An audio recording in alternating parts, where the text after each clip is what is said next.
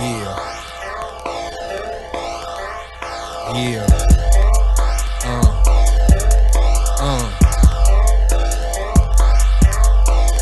Pocket full of money, swisher loaded with gas. Celebration in order, you're now watching a class. Pocket full of money, swisher loaded with gas. Celebration in order, you're now watching a class. Pocket. Yeah. Welcome back to another episode of Unpopular Honesty, the home of brutal honesty and real hip hop music. My name is Cornbread Capone, and today we are reviewing the best docuseries that will come out in 2023, and that is Dear Mama, the saga of Afeni Shakur and Tupac Shakur. If anybody has been watching, or anybody that knows me knows that I was gonna make this a subject of conversation for a lot of reasons. Anybody that knows me knows that I'm a huge Pac fan. Every movie, documentary, piece of music, book, clothing, man, it's a lot, you know what I mean? But I can honestly say that I am that deep of a supporter, you know what I'm saying? That much of a rider, as some would say, you know what I mean? So when this documentary, let's go back. The documentary, which turned into a docuseries, the documentary was announced years ago by the estate.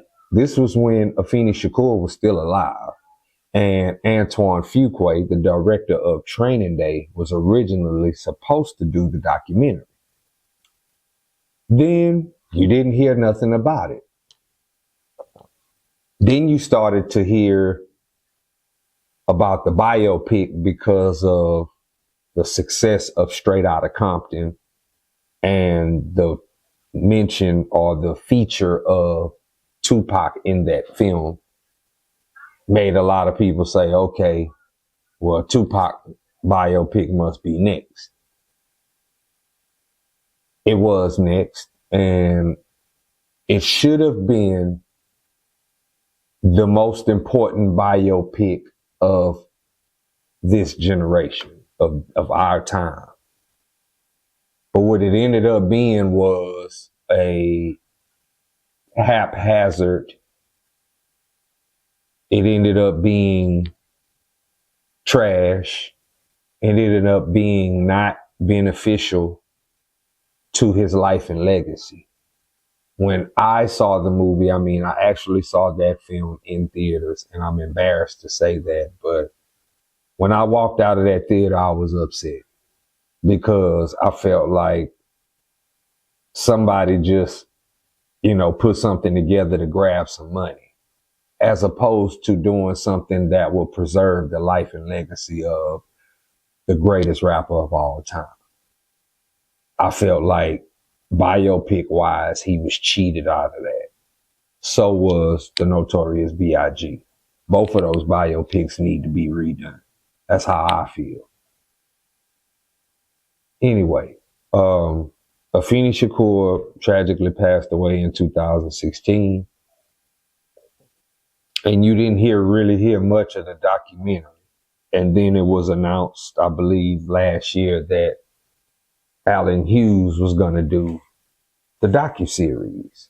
And of course, given the history between Tupac and the Hughes brothers, a lot of people looked at that as, well, why would you let him do that? You know what I'm saying? That type of thing. And all, hardcore Pac fans, we probably had our reservations prior to this coming out. However, after watching all 5 parts, watching it more than once, I like to take my hat off for Allen Hughes because he did a great job. You did something that upholds the life and legacy as well as the estate of Tupac Shakur and Afeni Shakur.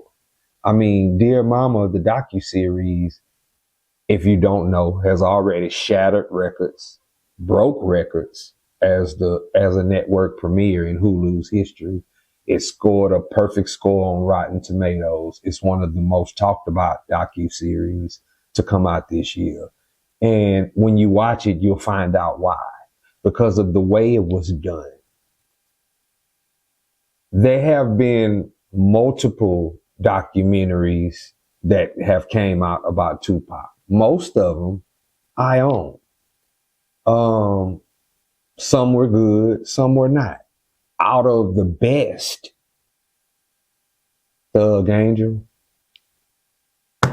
the movie, the film that went to theaters and I saw it 6 times, Tupac Resurrection, which was done by MTV, and Dear Mama, the latest series that is now on Hulu and FX. Those are the best documentaries that were made about Tupac Shakur. This particular one is a little different because it shows him and his mother. It shows the parallels between her upbringing, the Panthers, what she was dealing with, the trial that she went through, you know, the hard times that she faced after the Panther dissolved. And then it also showed the rise of Tupac Shakur. Stardom, fame, problems, the court cases, the shots, everything. And then you put it together and you say to yourself, you get to see what Allen Hughes did was he showed us how Afeni cultivated Tupac. And through his life and through the way it was shown and portrayed in this docuseries, you get to see firsthand why he is the greatest of all time. The Hughes brothers addressed the controversy within the docuseries because they used Tupac's words describing the incident between the Hughes brothers and Pac. And then Allen Hughes actually talked about it himself too. And, you know, the first time that was being done, I like the fact that they had a lot of people from prior documentaries in it. You know, they had his friend Kendrick. They had his man Ryan from the Bay. They had Money B, Snoop, Watani, Dr. Dre, Edie Amin, Layla Steinberg, Ray Love, Aunt Glow, Jamal Joseph, Jamala, QD3, stock footage of Shock G, rest in peace, Atron Gregory, father Billy Garland, Man, cousin Billy, Karen, publicist, Jasmine Guy, Gobi, John Cole, Tim Roth, Mike Tyson. So you had a great number of people who were a part of it and who were there. And everybody spoke real and spoke the truth. And even the Panthers, you know what I'm saying, the ex-Panthers that were on there, those brothers, they all spoke from the truth too. And I do have to mention the facts about it though. Tupac's sister, Setua Shakur, was not involved in this project, and neither was his brother Mopreme Shakur. And I thought that was funny. You know what I'm saying? There's unseen footage that's throughout this documentary. And basically what they did, what Allen Hughes did was he took the outtakes of the music videos that Tupac made. And so as the song's playing, you get to see different outtakes of those music videos throughout the docuseries. And you get to see the expressions he had on his face, the look he had on his face. I mean, out of all of, I love it all, but out of all of them, the one that stand out the most to me is when they showing the outtakes from I Ain't Mad at You. And he's standing there in that white suit. And I was like, wow. Cause this docuseries was approved by the estate. So of course, that's where the music comes in. That's where you hear the instrumentals and the acapellas. They did great with that. But they also did great with the visual part of it by throwing in the outtakes. Really on the cool, all those videos could have different versions based off the outtakes if they decide to do it like that. You know what I'm saying? Because, music videos, they film a lot of footage and then chop the best up. But obviously, when you watch this docuseries, you see outtakes and you say to yourself, damn, I never seen this version of the video. And you're right, you haven't, because it's an outtake. But if they wanted to, they could make a music video out of the outtakes because it's enough footage. You know what I'm saying? And you get to see like the alternate version of Two of America's Most Wanted. The I Get Around video shoot, the California Love video shoot, Hit 'em Up video shoot. The way this documentary was put together, this type of documentary, the way they put it together, this should have came out years ago. You know what I'm saying? Because it's actually, did did him justice. This docuseries was better than All Eyes on Me, the movie. You know what I'm saying? Like, I can't stress enough that, it's just some things that were misstepped or just some people that were left out of the story. There was no mention of Keisha Morris, the only woman to ever marry Tupac when he was incarcerated.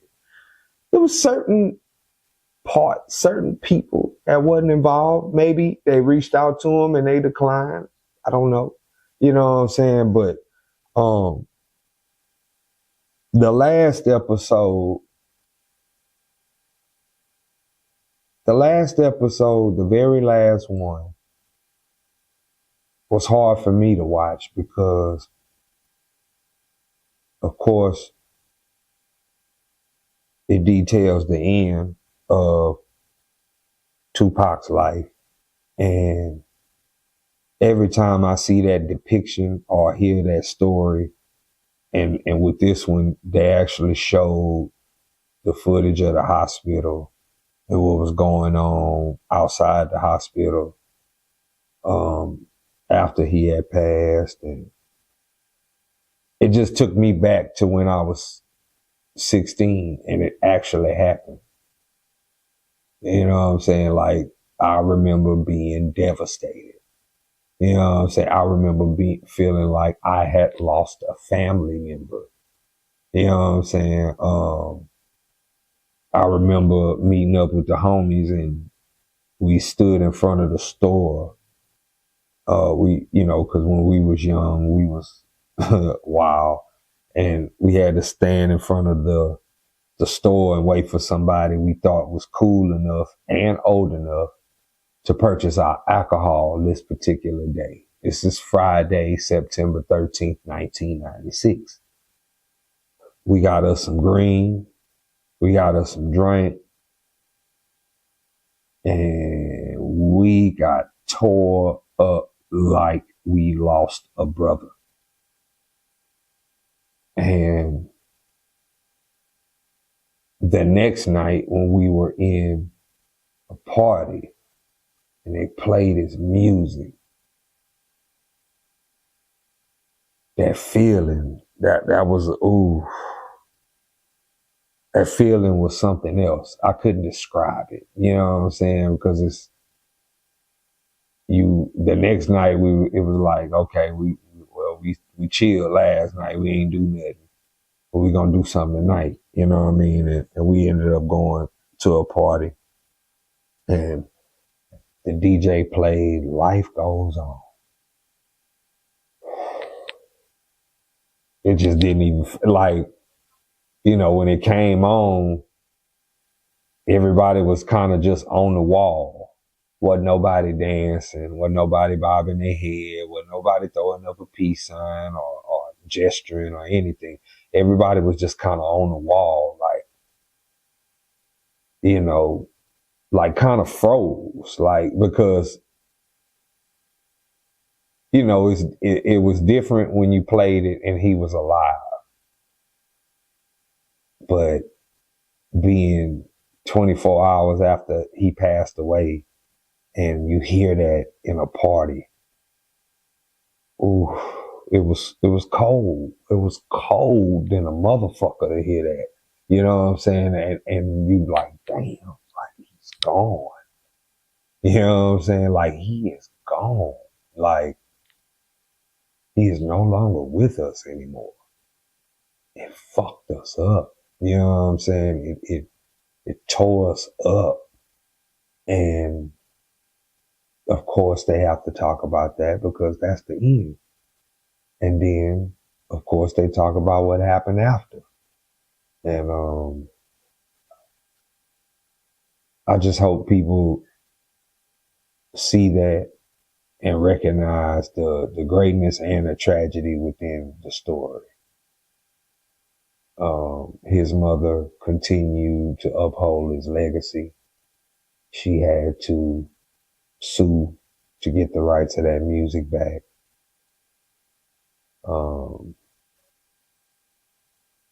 But the docuseries also revealed that she didn't really get any rest either. Since from that moment on, you know what I'm saying? She felt a lot of guilt and regret about things that were done. And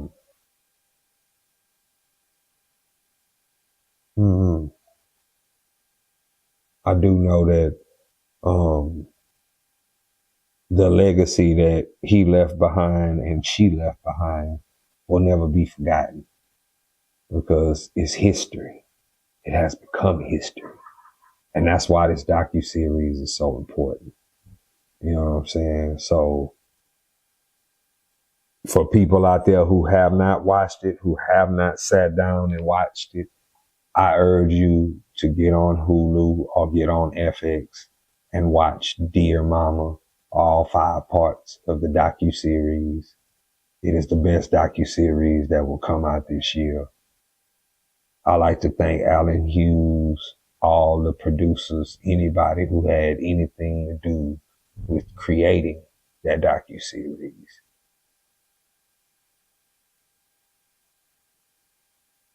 I just wish that, everybody could have been included, like his brother, the woman who married him, Keisha Morris, the sister, more of his friends, because he had a lot of people, that he was cool with, that he was down with. And some of those people are still around and in the industry today, like E40, you know what I'm saying? Like, Short, you know what I mean? And all the people that work with Pac, you know what I'm saying, that's still around, there is a autobiography coming out on Tupac that has been approved by the state that will come out, I believe, October 24th, 2023. And I will have that because I want to peep that. I think that's going to be very, very, insightful. You know what I'm saying? Well, as always, man, Unpopular Honesty, we have come to the end of another one, man. You know what I'm saying? Watch that Dear Mama docuseries. Until next time, everybody, peace and love, because that's what the world needs. Peace and love.